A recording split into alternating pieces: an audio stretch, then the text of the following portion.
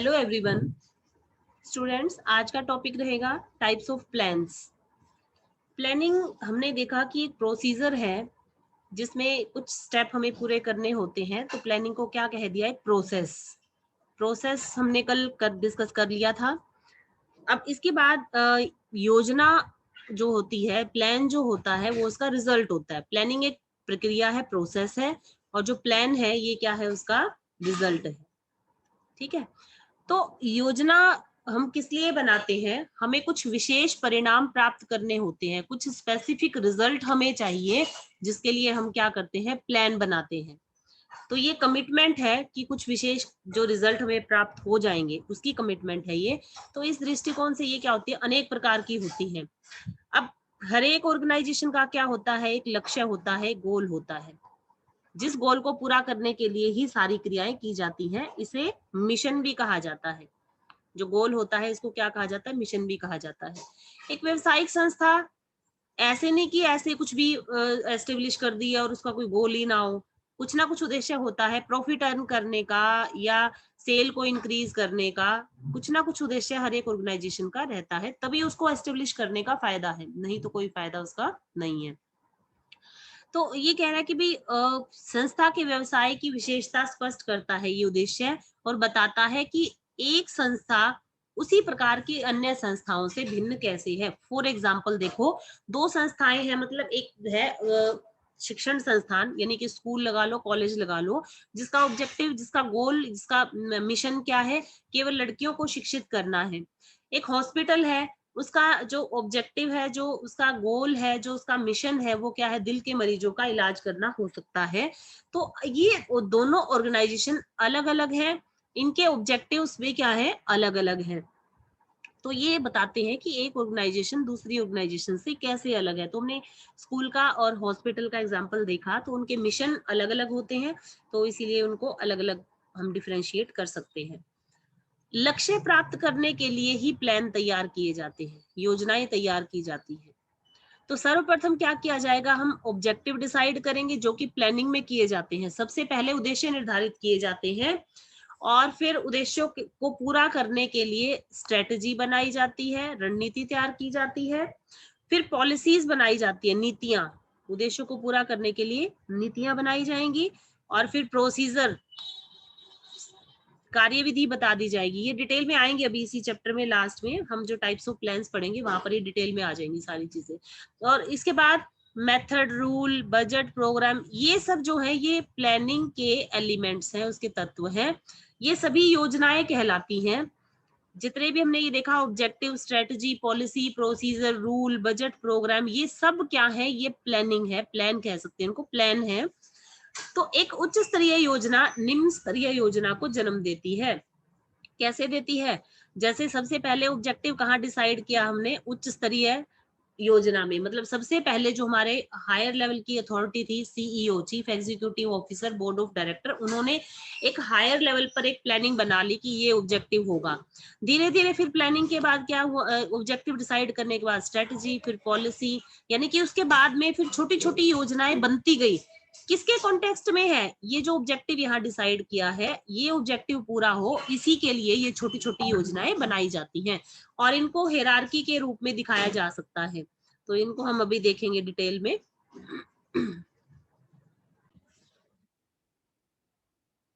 जैसा कि हमने बताया कि इसकी एक हायरार्की होती है। सबसे पहले क्या होते हैं? उद्देश्य निर्धारित होते हैं, फिर उसके बाद स्ट्रेटजी बनाई जाती है, उसके बाद क्या है? पॉलिसीज, नीतियां बनाई जाती हैं उद्देश्य को पूरा करने के लिए। प्रोसीजर बता दिया जाता है कि उद्देश्य पूरा कैसे होगा, और उसके बाद है पद्धतियां, नियम, और उसके बाद है बजट, और उसके बाद आ जाता है हमारा लास्ट में कार्यक्रम। तो ये हायरार्की है, इन सभी को हम अब डिटेल में स्टडी करेंगे।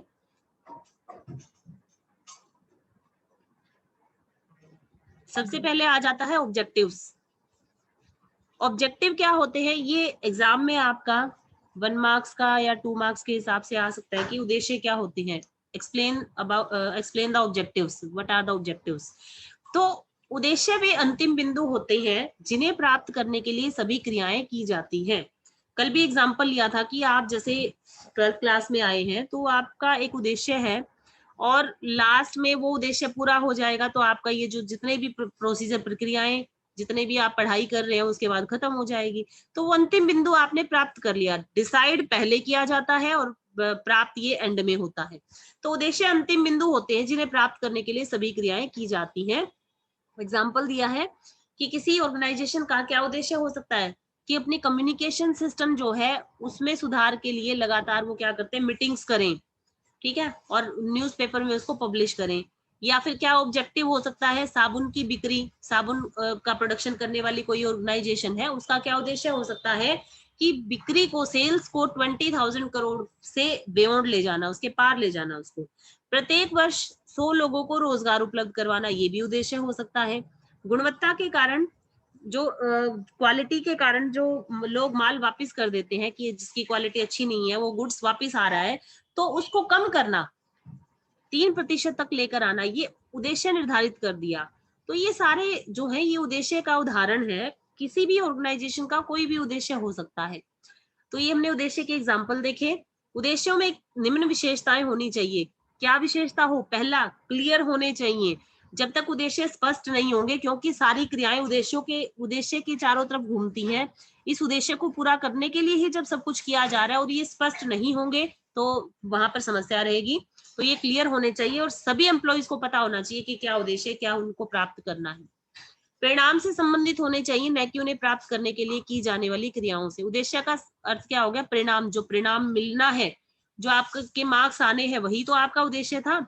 जबकि आप जो स्टडी कर रहे हैं, कितना घंटे आप पढ़े, इस चीज से कोई लेना देना नहीं है। जो उद्देश्य है आपका वो परिणाम है जो आपको मिलेगा एंड में। मापने योग्य होने चाहिए। उद्देश्य जो है उनको मापा जाना चाहिए। जैसे कि बताया कि बिक्री को 20,000 करोड़ के पार लेके जाना, तो इसको माप सकते हैं हम। ऐसा ना हो कि भाई बिक्री को बढ़ा दिया जाए। अब बढ़ाने का कितना बढ़ाया जाए, उस बढ़ाने को तो माप नहीं सकते ना हम। एग्जैक्टली हमें पता होना चाहिए डेटा कि भी कितनी सेल को हमने बढ़ाना है। 20,000 करोड़ के पार लेकर जाना है तो ये मेजरेबल है, इसको मेजर किया जा सकता है, मापा जा सकता है। तो उद्देश्य मापने योग्य होने चाहिए।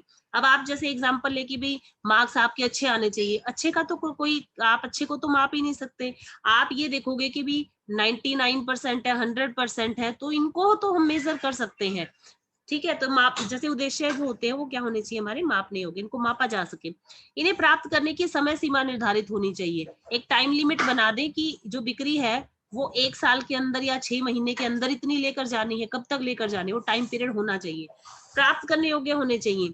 अब एक किसी नॉर्मल स्टूडेंट को हम कहें कि आप 100% मार्क्स लो, तो ये मतलब सही नहीं होगा, क्योंकि वो नहीं अचीव कर सकता। तो प्राप्त करने योग्य है, जितना वो अचीव कर सकता है उसके लिए टारगेट, उसके लिए ऑब्जेक्टिव उतना ही होना चाहिए।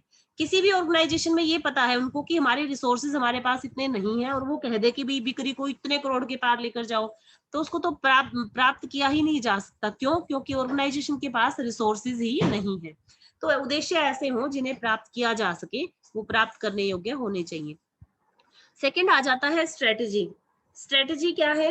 ये कॉम्पिटिटर को ध्यान में रखकर तैयार की जाती है, जिनका उद्देश्य उपलब्ध संसाधनों का अनुकूलतम उपयोग संभव बनाना। मैक्सिमम यूटिलाइजेशन और ऑप्टिमम यूटिलाइजेशन ऑफ रिसोर्सेज के लिए हम क्या करते हैं? स्ट्रेटेजी बनाते हैं।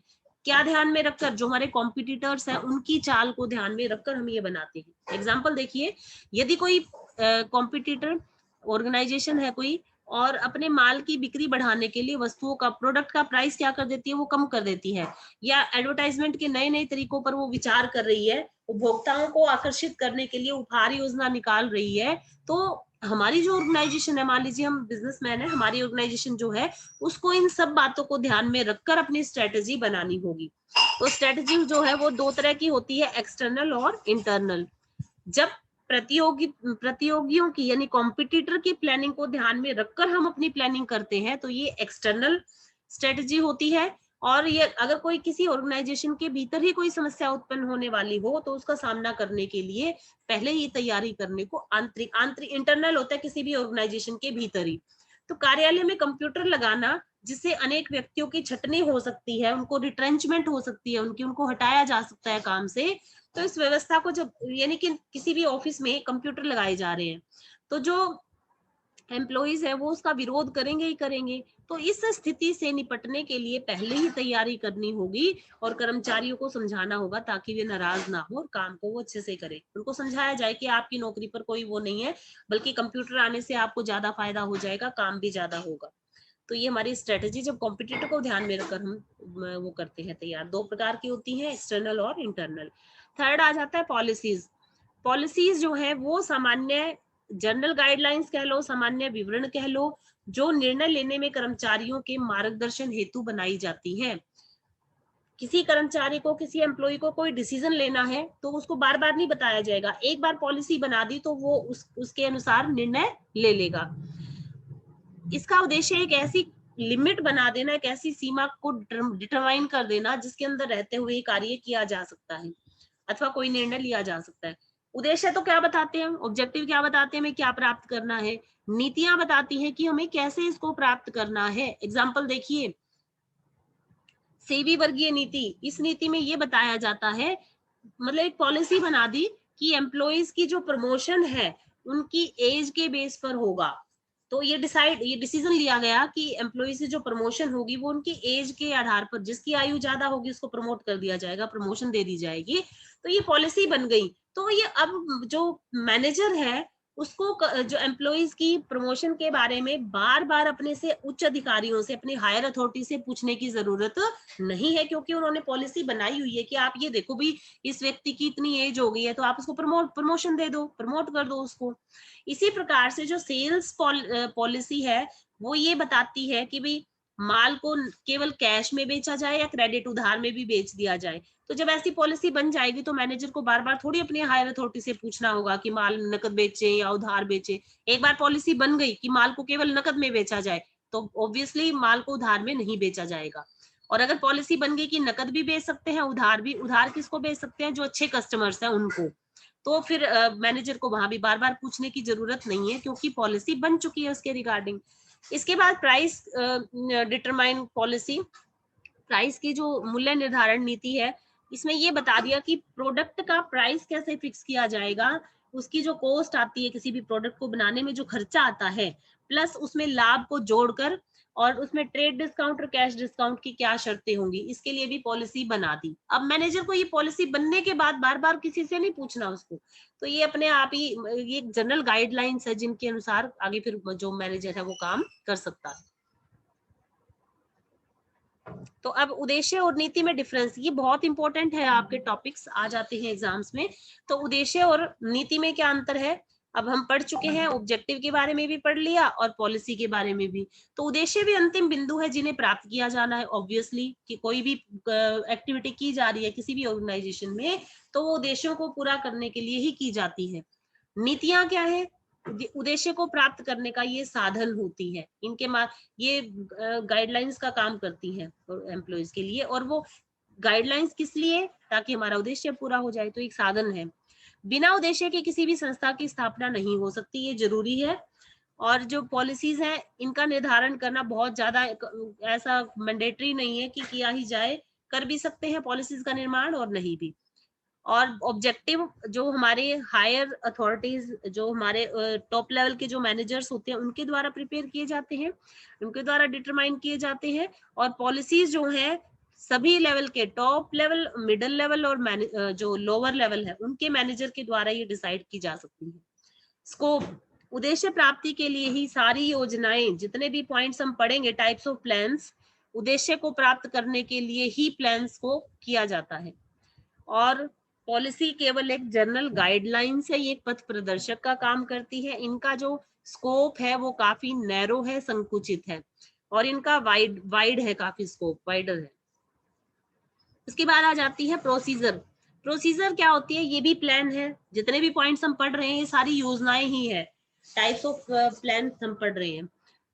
कार्यविधियां वे योजनाएं जो किसी काम को पूरा करने के लिए एक सीक्वेंस बता देंगी कि पहले क्या करना है उसके बाद क्या करना है। फॉर एग्जाम्पल, डेटर से हमने पैसा वसूल करना है, उधार में माल बेचा था और उनसे पैसा नहीं ले पाए हम, तो क्या प्रोसीजर, उनसे पैसा वसूलने के लिए क्या प्रोसीजर अपनाया जाएगा। सबसे पहले उनको लेटर लिखा जाएगा कि आप हमारी पेमेंट करें। सेकंड, फिर उनको टेलीफोन किया जाएगा फिर उनसे पर्सनली जाकर मिला जाएगा, फिर भी पेमेंट नहीं करते हैं तो वैधानिक कार्यवाही, लीगल एक्शन लिया जाएगा, कोर्ट में केस कर दिया जाएगा उनके खिलाफ। तो ये एक सीक्वेंस है, ऐसा नहीं है कि पहले पेमेंट वसूल करने के लिए सीधा ही उसके ऊपर कोर्ट केस कर दिया। पहले क्या लिखा जाता है, पत्र, फिर टेलीफोन, फिर जाके मिलेंगे, फिर कार्यवाही की जाएगी। तो सीक्वेंस ये रहेगा। उसी प्रकार से देनदारों से रुपया वसूल करने के संबंध में दो नीतियां, दो पॉलिसी हो सकती हैं, tight collection policy, lenient collection. पहली नीति में क्या है, देनदारों के साथ सख्त व्यवहार किया जाएगा और कि भी जल्दी से जल्दी पैसा उनसे वसूल किया जा सके। और दूसरी जो नीति है उसमें थोड़ा सा नरम व्यवहार भी किया जा सकता है, और उन वैसे सीक्वेंस तो सेम रहेगा, लेकिन वहां थोड़ा उनसे फर्स्ट वाले मेथड में उनसे फर्स्ट पॉलिसी जो टाइट कलेक्शन पॉलिसी है थोड़ा सख्त व्यवहार होता है, लीनियंट कलेक्शन पॉलिसी में उनसे नरम व्यवहार। अब डिफरेंस आ जाता है नीतियों और कार्यविधियों में। नीतियां प्राय उच्च प्रबंधकों द्वारा बनाई जाती है और निम्न स्तरीय प्रोसीजर कौन बनाता है, निम्न स्तरीय प्रबंधक।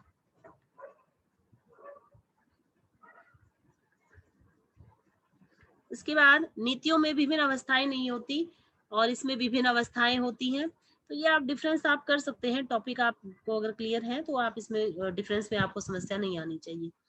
नीतियां बताती हैं, इसमें स्पष्ट व्याख्या की जाती है कि संस्था को उद्देश्यों को पूरा करने के लिए क्या कार्य करना है। कार्यविधि बताती है कि नीतियों में जो बताए हैं उनको पूरा करने के क्या सीक्वेंस, क्या तरीका होगा। तो ये इसके सारे पॉइंट्स हैं। नेक्स्ट आ जाता है मेथड्स। पद्धति वह योजना है जो निश्चित करती है कि कार्यविधि, प्रोसीजर जो अभी हम पढ़ के आए पिछला पॉइंट, उसमें जो बताई गई विभिन्न क्रियाओं में से हर एक क्रिया, अब इंडिविजुअल एक एक क्रिया को कैसे पूरा किया जाएगा, ठीक है, उसमें कार्य मेथड में या पद्धतियों में ये बताया जाता है। एक कार्य को पूरा करने की अनेक पद्धतियां हो सकती हैं, तो उसमें गहन अध्ययन के बाद ऐसी पद्धति का चयन किया जाए जिससे व्यक्ति को थकावट कम हो, प्रोडक्शन ज्यादा हो और उसकी कॉस्ट जो है वो कम आए।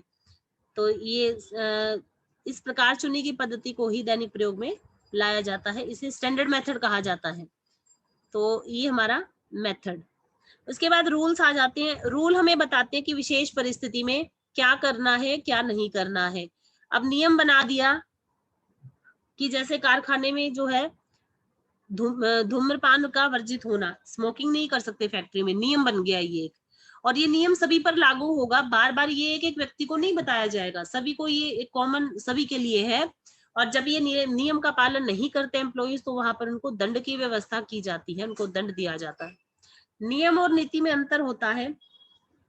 नीति केवल मार्गदर्शन करती है और अधिकारियों को एक सीमा के अंदर निर्णय लेने के अधिकार प्रदान करती है। जैसे माल उधार बेचा जा सकता है, ये एक नीति हो सकती है, लेकिन किस ग्राहक को माल उधार बेचना है और किसको नहीं, ये कौन देखेगा, सेल्स मैनेजर, तो उसको अपनी बुद्धि का प्रयोग करना होगा।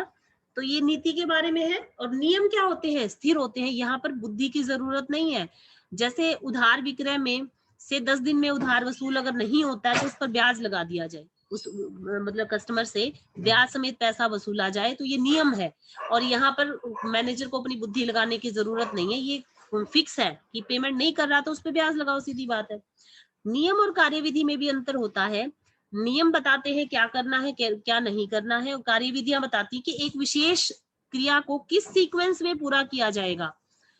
जैसे उधार में विक्रय से 10 दिन के अंदर भुगतान प्राप्त हो जाने पर कोई ब्याज नहीं लगेगा, ये नियम हो गया, ये भी पढ़ के आए थे हम। 10 दिन के बाद रुपया वसूल करने के लिए 10 दिन तक पैसा वसूल ना हो तो उसके बाद क्या होगा, उनको पत्र लिखा जाएगा, टेलीफोन किया जाएगा, फिर संपर्क, ये भी प्रोसीजर आप पढ़ चुके हैं सारी की सारी। तो ये दोनों में इनमें भी अंतर है, नियम और कार्यविधि में अंतर होता है, तो आप ये इसको देख लेंगे, नियम और नीति में भी अंतर होता है। नेक्स्ट आ जाता है बजट। बजट ये काफी इंपॉर्टेंट है एग्जाम के पॉइंट ऑफ व्यू से। बजट इच्छित परिणामों के गणनात्मक विवरण होते हैं। बजट वह योजना है जो विभिन्न विभागों के निर्धारित उद्देश्यों की प्राप्ति हेतु आवश्यक धन, सामग्री, व्यय और अन्य साधनों का ब्यौरा देती है। बजट क्या होते हैं, भावी इच्छित परिणामों के गणनात्मक विवरण, मतलब हम भविष्य के बारे में जो रिजल्ट हम चाहते हैं, इच्छित परिणाम चाहते हैं, उनकी गणना आज के टाइम पर हम एक स्टेटमेंट पर तैयार कर रहे हैं, जिसमें हम ये देखते हैं कितना धन लगेगा हमारा, कितनी मटेरियल लगेगा, कितना टाइम लगेगा और कितने अन्य रिसोर्सेज को हमें लगाना पड़ेगा जब हमें ये रिजल्ट मिलेंगे, इच्छित परिणाम। उदाहरण के लिए क्रय विभाग के बजट में इस बारे में अनुमानित आंकड़े दिए जाते हैं कि किस किस तरह का माल कितनी कितनी मात्रा में कब कब खरीदा जाएगा और उस पर कितनी कॉस्ट आएगी। इसी प्रकार अन्य जो डिपार्टमेंट है, सभी जितने भी डिपार्टमेंट किसी भी ऑर्गेनाइजेशन में होते हैं, उन सभी डिपार्टमेंट के लिए बजट बनाया जाता है। तो बजट भावी कार्यवाही की गणनात्मक विवेचना होती है। इच्छित परिणाम जो हम चाहते हैं उसके लिए हम बजट बनाते हैं। बजट का संबंध नियोजन और नियंत्रण से होता है। जब हम बजट तैयार करते हैं तो अभी तो बताया इच्छित परिणामों से संबंधित है ये। तो इच्छित परिणाम भविष्य से संबंधित होते हैं और भविष्य के लिए जो भी आप सोच रहे हैं वो क्या हो गया आपका प्लानिंग।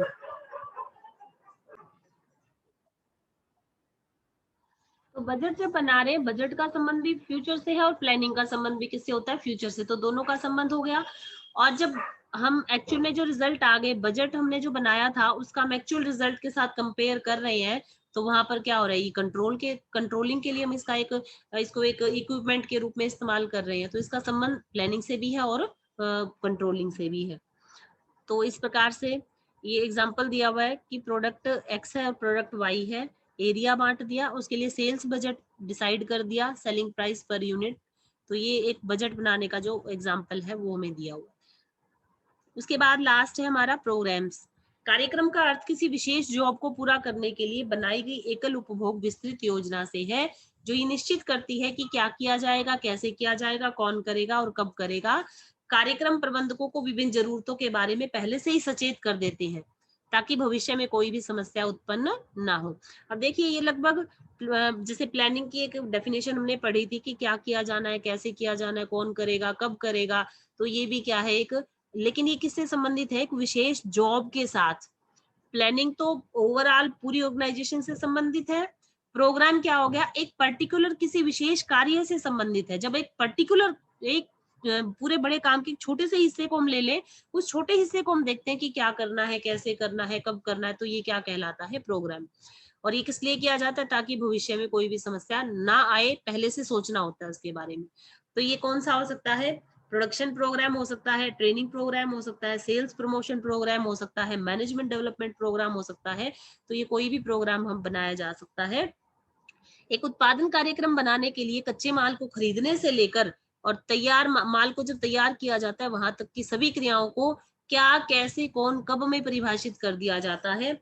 जैसे ही वो काम पूरा हो जाता है जिसके लिए कार्यक्रम बनाया जाता है, तो वो उसकी उपयोगिता अब खत्म हो जाएगी। काम जब पूरा हो गया तो अब आप 12th करके जाएंगे तो इसकी उपयोगिता यहीं तक ज्यादा थी आपके पास, ठीक है। इसके बेसिक्स आपको आगे भी हेल्प करेंगे स्टडीज के, लेकिन अब आपको वो मार्क्स जो है उनके लिए एक अलग से फिर स्टडी करना पड़ेगा जो फर्स्ट ईयर में आप जाएंगे। तो ये है आपके प्रोग्राम के रिगार्डिंग। तो ये क्या है, टूल किट में भी देखिए, इसका अभिप्राय उस योजना से है जिसके अंतर्गत बड़ी संगठनात्मक क्रियाओं को शामिल किया जाता है और मुख्य पदों, क्रम, समय, उत्तरदायी विभागों का उल्लेख किया जाता है। बस आप ये ध्यान रखें, एक पूरे बड़े काम के छोटे हिस्से के बारे में जब आप एक पर्टिकुलरली सोचते हैं कि क्या करना है, कैसे करना है, तो वही प्रोग्राम है। तो इसकी डेफिनेशन आपने ये लर्न करनी है।